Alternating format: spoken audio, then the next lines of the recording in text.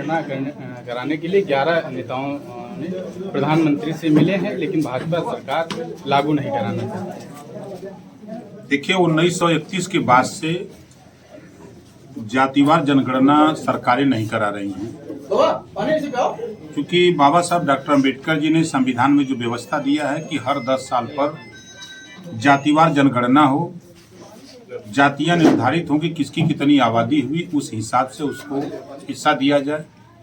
लेकिन चाहे वो कांग्रेस की सरकार हो चाहे भाजपा की सरकार हो, दोनों एक ही हैं। आज अगर भाजपा सरकार, आज वही नेता भारतीय जनता पार्टी में मिनिस्टर है, तो ये वही लोग हैं जो जातिवार जनगणना कराने से मुकर रहे थे, भाग रहे थे। जब तक जातिवार जनगणना नहीं होगी तब तक वंचित समाज जो आज आज़ादी के 75 साल में वंचित है, उसको हिस्सा नहीं मिल सकता है। इस नाते हमने भी पत्र माननीय प्रधानमंत्री को लिख करके भेज दिया है और सभी लोगों का दबाव है। सभी पार्टियां चाहती हैं कि जातिवार जनगणना हो। इसमें प्रधानमंत्री जी अपने को पिछड़ों का नेता कहते हैं, तो अगर वो पिछड़ों के नेता हैं तो पिछड़ों के हितैषी हैं, तो जातिवार जनगणना सबकी करा दें। चाहे सामान्य वर्ग हो, उसमें कौन कौन सी जाति हैं, अनुसूचित जनजाति में कौन कौन जाति कितनी आबादी उसकी है, पिछड़ी जाति में भी कौन कौन जाति कितनी आबादी है, सबकी जातिवार जनगणना करा दें ताकि सबको हिस्सा बराबर मिलने लगे। सर, ये मोदी सरकार सरकारी संपत्तियों को बेच रही है, इस पे क्या? देखिए, दुनिया में अगर झूठ बोलने वाला कोई नेता है तो उस नेता का नाम है नरेंद्र मोदी जी। उन्होंने कहा था कि मैं देश नहीं लूटने दूंगा, मैं देश नहीं बिकने दूंगा, और आज नरेंद्र मोदी जी ने रेलवे बेच दिया, बैंक बेच दिया, LIC बेच दिया, BSNL बेच दिया, कोयले की खदान बेच दिया, पूरे देश की संपत्ति बेच रहे हैं।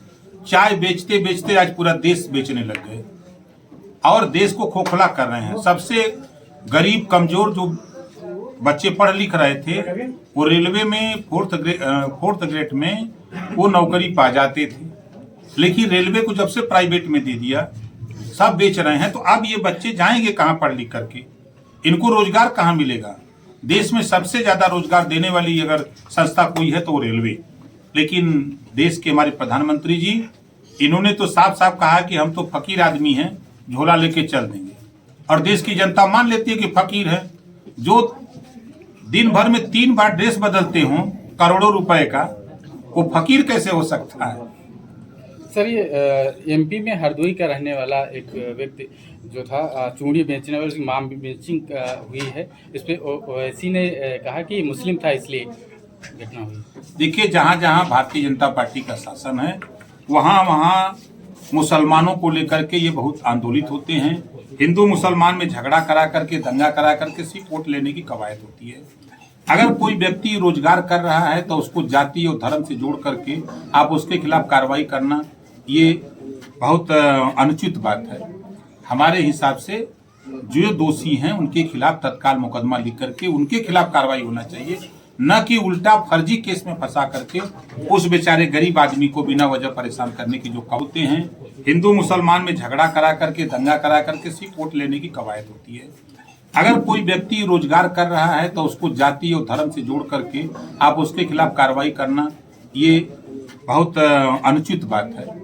हमारे हिसाब से जो दोषी हैं उनके खिलाफ तत्काल मुकदमा लिख करके उनके खिलाफ कार्रवाई होना चाहिए, न कि उल्टा फर्जी केस में फंसा करके उस बेचारे गरीब आदमी को बिना वजह परेशान करने की जो कवायद भारतीय जनता पार्टी मध्य प्रदेश सरकार कर रही है, वो गलत कर रही है।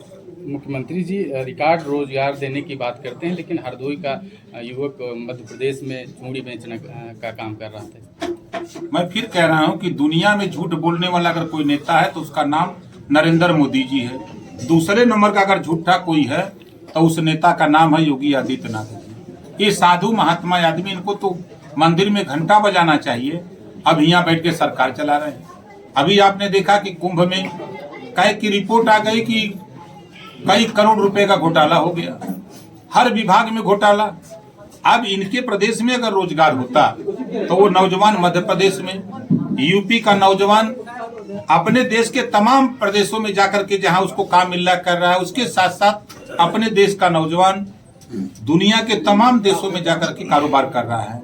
ये आज तक 5 साल में एक भी फैक्ट्री तो नहीं लगा पाए, एक भी कोई प्लांट ऐसा नहीं लगा पाए कि जहां जाकर के 1000-2000 मजदूर काम करें। बस ये जो कांग्रेस सरकार ने जो मनरेगा एक स्कीम चलाई, उसी को ये उसी में जाकर के काम ये करा रहे हैं, उसी की गिनती करा रहे हैं कि हमें रोजगार दे रहे हैं, और इनके पास रोजगार नाम की कोई चीज नहीं है।